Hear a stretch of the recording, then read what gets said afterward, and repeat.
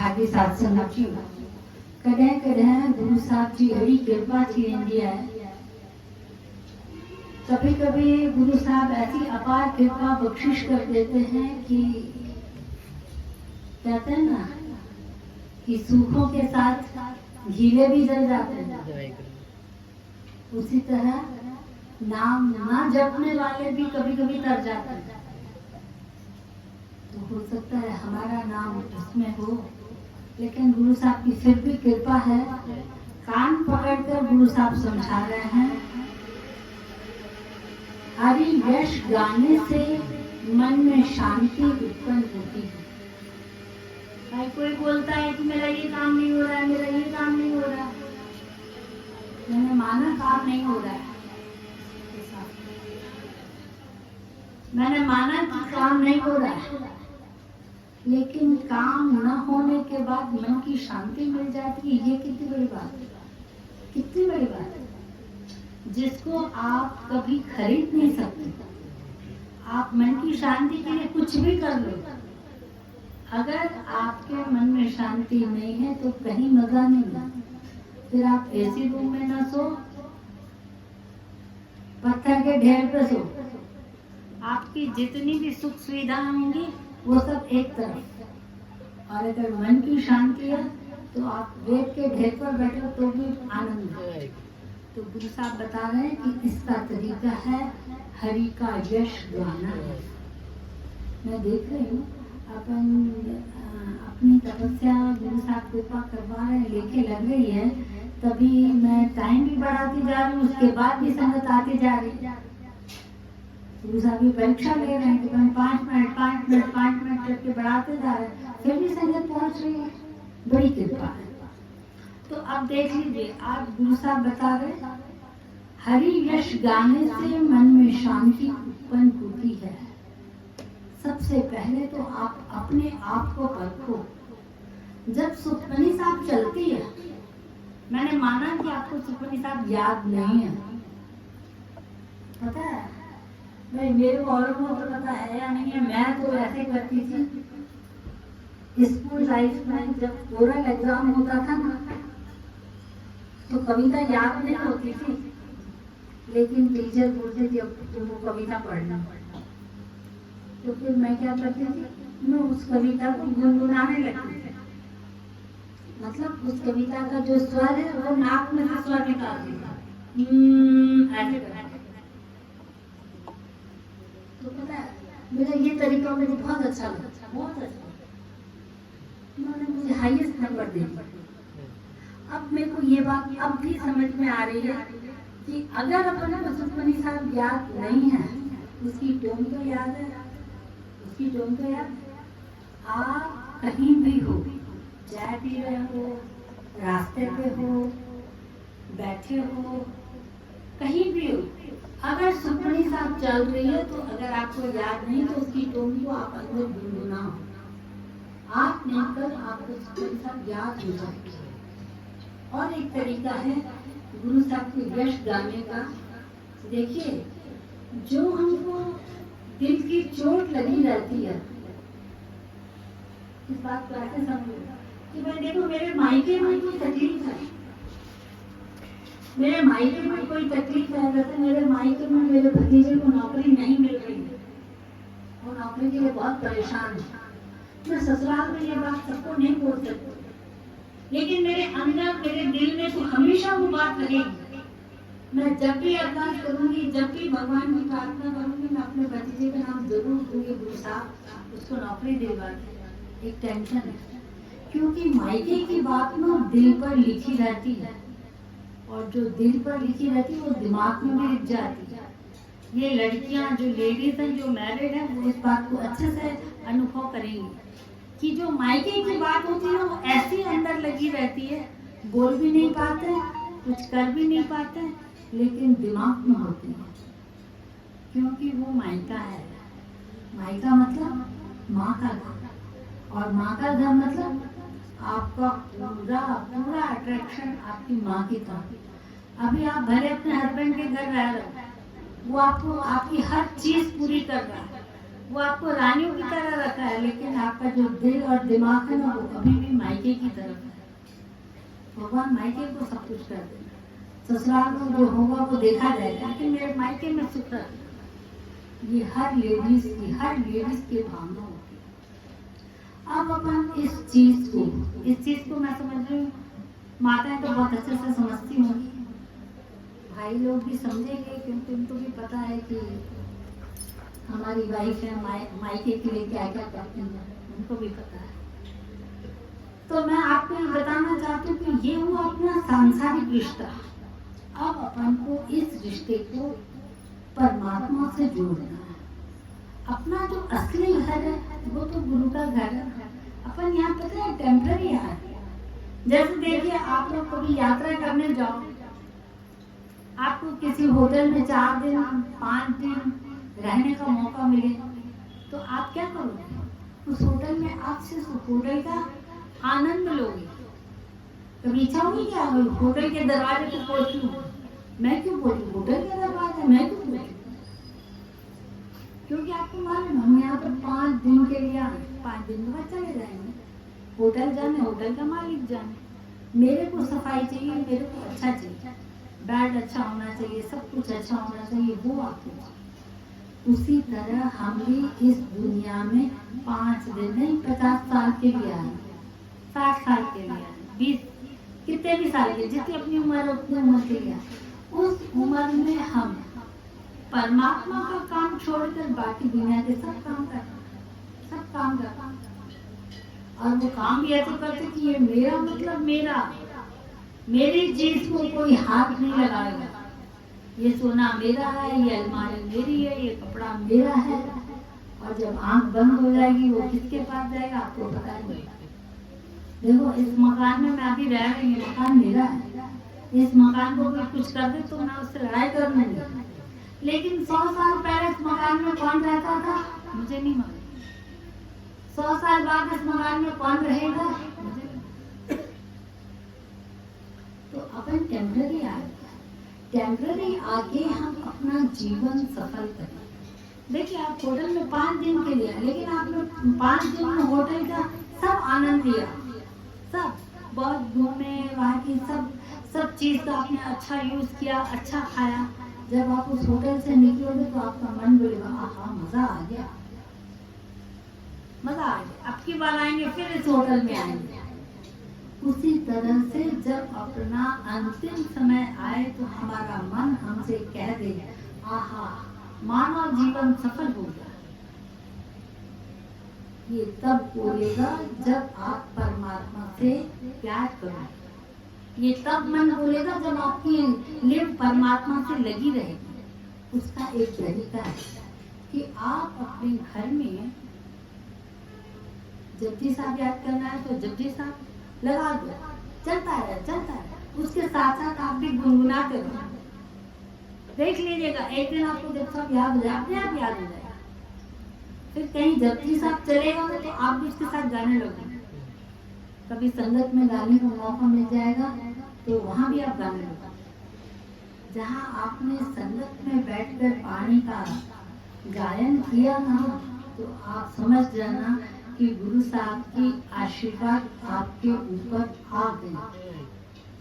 भाई कोई मेरे को पैर छुए और मैं उसकी पीठ पर हाथ नहीं रखूं, इसका मतलब समझ रहे ना, मैं उससे नाराज हूं, ठीक है। भाई कोई मेरे पैर छुए, मैं उसकी पीठ पर हाथ नहीं रखूं, और कोई मेरे पैर छुए और मैं पीछे हट जाऊं, इसका मतलब ये कि मैं उस व्यक्ति को देखना भी नहीं चाहती, है ना। और कोई अगर पैर छुए और मैं उसके पीठ पर जोर से थपथपाऊं, इसका मतलब ये है कि मैं उसको ये बोलना चाह रही कि तुम्हारी कामना पूरी हो जाए। और अगर कोई पैर छुए और आप उसको गले लगा लो, इसका मतलब ये है कि आप उसको बहुत प्यार कर रहे हो। अब अपनी स्थिति ऐसी होनी चाहिए कि गुरु नानक साहब हमको गले लगाएं, थपथपाएं या आशीर्वाद दें, नहीं। अब हमारी उसमें से पूर्ति नहीं बोली। अब हमको चाहिए आप हमको गले लगाएं, और जब आप हमको गले लगाएं तो हो सकता है कि उसमें हमारे आंखों में आंसू भी आ जाए। देखिए, जब कोई गले लगाता है और आंखों में आंसू आ जाते हैं, आप समझे, दोनों आदमी बहुत हल्के हो जाते हैं। उसका भी प्यार और उसका भी प्यार, दोनों प्यार मिलते हैं, दोनों का मन हल्का हो जाता है और मन की शांति आ जाती है। किसी रिश्ता कुछ नहीं, माँ बेटे का हो, भाई बहन का हो, कैसा भी रिश्ता हो, आप कभी देख लीजिए, इस प्यार की आप अनुभूति करिए। और ये अनुभूति हमको करनी है परमात्मा। तो परमात्मा की अनुभूति अपन कैसे करेंगे? अपन परमात्मा की अनुभूति करेंगे हरि के गुण गाकर, हरि का यश गाकर। अभी देखो, आप किसी चीज का टेंशन ले रहे हो। सपोज मेरा ये टेंशन है कि मेरी सर्विस नहीं लग रही है, मेरा ये काम नहीं हो रहा है। आप इसके बारे में सोचो सोचो सोचो, आखिर क्या होगा? आपका बीपी लो हो जाएगा या हाई हो जाएगा। आप सोच सोच के बीमार पड़ जाओगे, ऐसी आपकी हालत हो जाएगी। और अगर आपका काम नहीं हो रहा है, आप गुरु साहब को अमृत ले बोलते, गुरु साहब अब बहुत हो गया, अब कृपा करनी है आपको, ऐसी कृपा करनी है कि लोग उंगली उठा के बोले कि देखो उसका काम कैसे हुआ। देखो, आज अपन मीरा देवी के लिए बोल रहे हैं ना, अपन भगत रविदास के लिए बोल रहे हैं ना, कबीरदास जी के लिए बोल रहे हैं ना। कबीरदास को किसी ने हाथ पकड़कर बोला कबीर, तेरे को राम जपना है, राम ही काम आएगा। कबीर ने ये बात सुनी, मेरे को राम जपना है। उसने बोला कि मैं ऐसा काम क्यों ना करूं कि राम मेरे पीछे आए। अब राम मेरे पीछे आएगा तो लोग तो मेरे को महान समझेंगे। उसने राम को इतना जपा कि एक दिन आ गया, राम कबीरा कबीरा करके कबीर के पीछे घूम रहा है। वो भी एक इंसान था हमारी तरह, उसका भी प्यार हमारी तरह था, वो भी ऐसे भक्ति करता था। लेकिन रिजल्ट ये आया, उसका जब मानव जीवन समाप्त हुआ, तब राम उसको कबीरा कबीरा करके बुला रहा है। तो हमारी करनी भी ऐसी होनी चाहिए कि भगवान हम पर कृपा करें। दुनिया की बात होते रहेंगे, होंगे तो भी ठीक है, नहीं होंगे तो भी ठीक है। भाई आज आप दाल रोटी खा रहे हैं, कल पनीर रोटी खाओगे तो भी आपको पेट भरेगा। लेकिन परमात्मा का प्यार वो विरलों को मिलता है, और उन विरलों में आपका नाम आ चुका है। वो जो लिस्ट बनी है ना, उसमें आपका नाम आ चुका है। इसलिए मैं बोल रही हूँ क्योंकि गुरु साहब ने ये बोला है, जो अमृत वेले उठता है वो मेरा बच्चा है। तो आप सब लोग अमृत वेले उठते हो। अब उस लिस्ट में अगर आप आ गए हो और उस लिस्ट में आकर आप फिर से सो जाओ, उस लिस्ट में आकर आपको गुरु साहब बुलाएं और आप आवाज नहीं दो, तो गलती किसकी है? आपकी गलती है, गुरु साहब की गलती है। मैं समझ रहे हैं जो लोग ऐसी गलतियां कर रहे हैं, लेकिन समझो, बिल्कुल समझो। तो मेरे कहने का मतलब है कि अपन उस लिस्ट में आ गए हैं, तो अपन इस मौके का फायदा लेंगे। भाई देखिए, मेरे पास बहुत पैसे हैं, बहुत नोट हैं, लेकिन मैं उसका यूज ही नहीं कर रही। एक दिन मोदी का ऑर्डर आएगा कि नोट ही बदल दिया, तो उन पैसों का क्या मतलब? कोई मतलब नहीं। फिर अपन को वो कागज के मोल पे फेंकने पड़ेंगे। लेकिन अभी उनका मोल है, तो अपन उसको यूज कर ले। अभी अपन भक्ति को यूज कर ले, परमात्मा के यश को गा ले।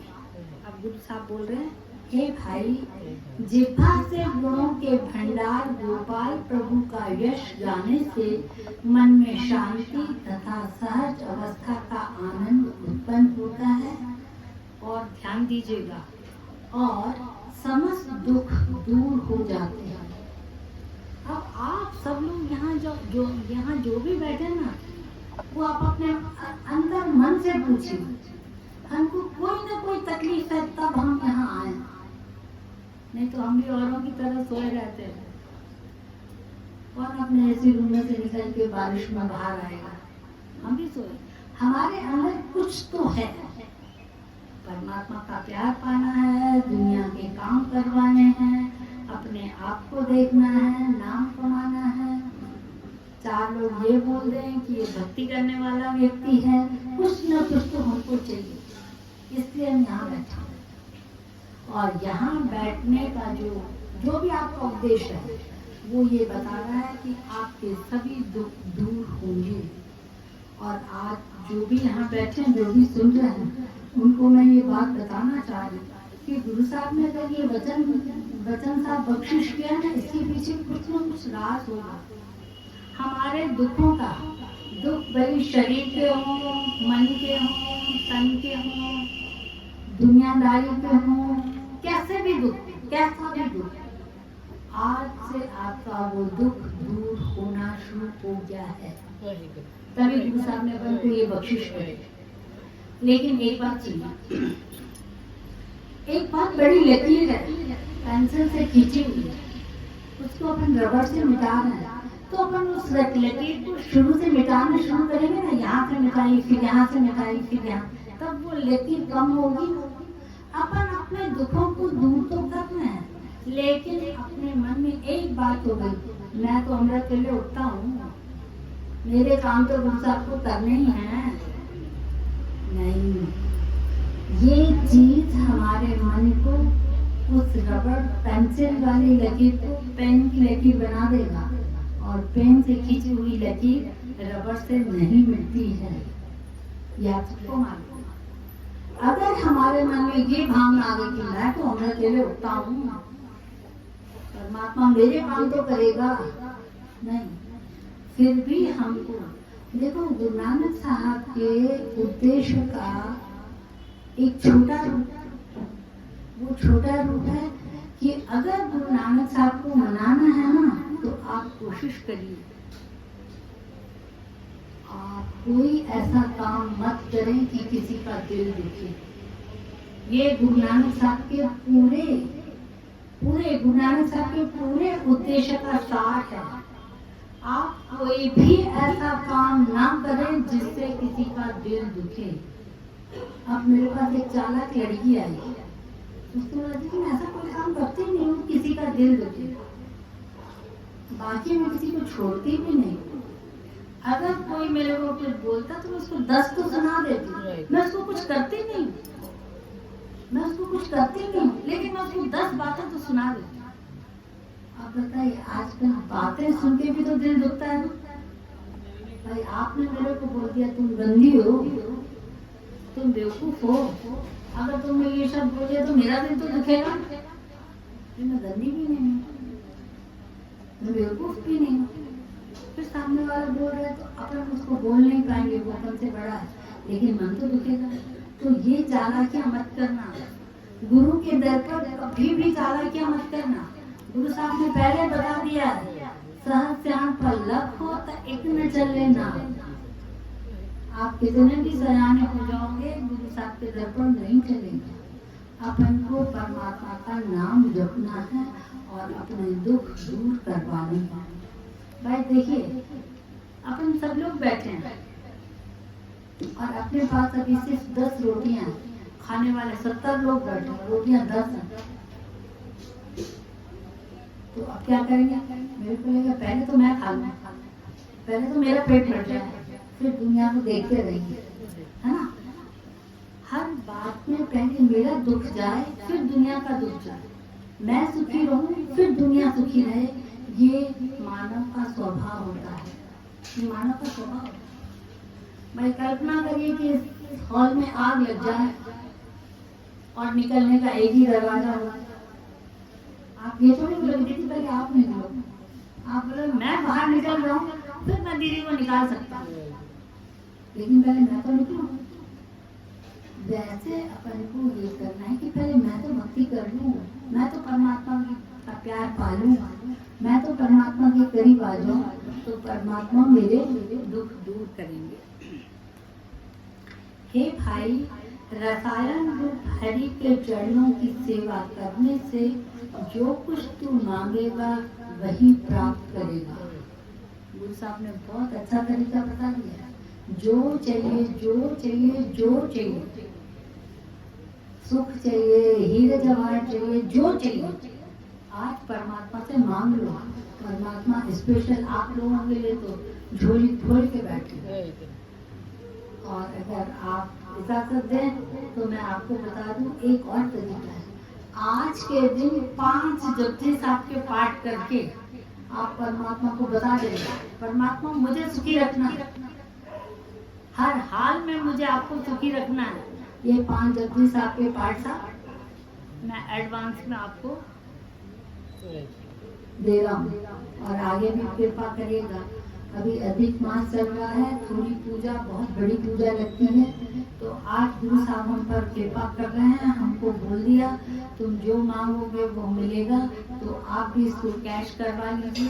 5 जपजी साहब के पाठ साहब यहाँ पढ़ सकते हो तो यहाँ पढ़ो, घर पढ़ सकते हो घर पढ़ो, एक अभी पढ़ो, एक बाद में पढ़ो, एक बाद में पढ़ो। आज के दिन 5 जपजी साहब के पाठ साहब जरूर पढ़ो।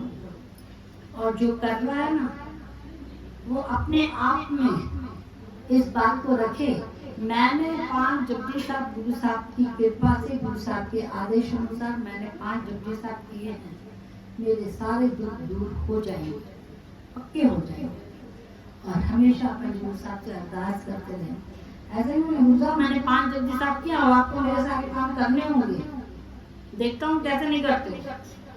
ये दादागिरी नहीं, नम्रता, क्योंकि गुरबाणी नम्रता है। तू जन्म मरण दोनों से छूट जाएगा और संसार सागर से भी पार उतर जाएगा। वाह, बहुत कृपा करिए आज। हे भाई, खोज खोज कर मैंने इस तत्व सिद्धांत पर विचार किया है। गोविंद के दास को ईश्वर परायण अर्थात उसके ही आश्रय में रहना चाहिए। और ये तथ्य है कि आपको ये भी बात माननी पड़ेगी, तेरा भाना मीठा लगा। परमात्मा की हर बात आपको मीठी लगनी चाहिए। हे नानक, यदि तू अविनाशी कल्याण चाहता है तो तू केवल नारायण प्रभु का सदैव सिमरन कर। अगर आप अपना कल्याण चाहते हैं, कल्याण मतलब आप मत सोचना कि उसमें अपने सिर्फ आर्थिक काम होंगे, भौतिक काम होंगे, नहीं। कल्याण का मतलब ये है कि आपका सुख दुख, और उसके साथ पता है एक और मिल जाता है, एक माला होती है, उस माला में मोती अगर एक जैसे होते तो बहुत सुंदर लगती है। तो आपसे जो भी कनेक्शन है, जिनका जैसा कनेक्शन है, आपकी दोस्ती यारी है, आपके रिश्तेदार हैं, उन सबका भी कल्याण परमात्मा करेंगे। तो मेरी आप सब लोगों से ये विनती है कि ऐसे परमात्मा का यश आपको गाना ही है। ठीक है, कोई दिक्कत हो? शनिवार 11 बजे।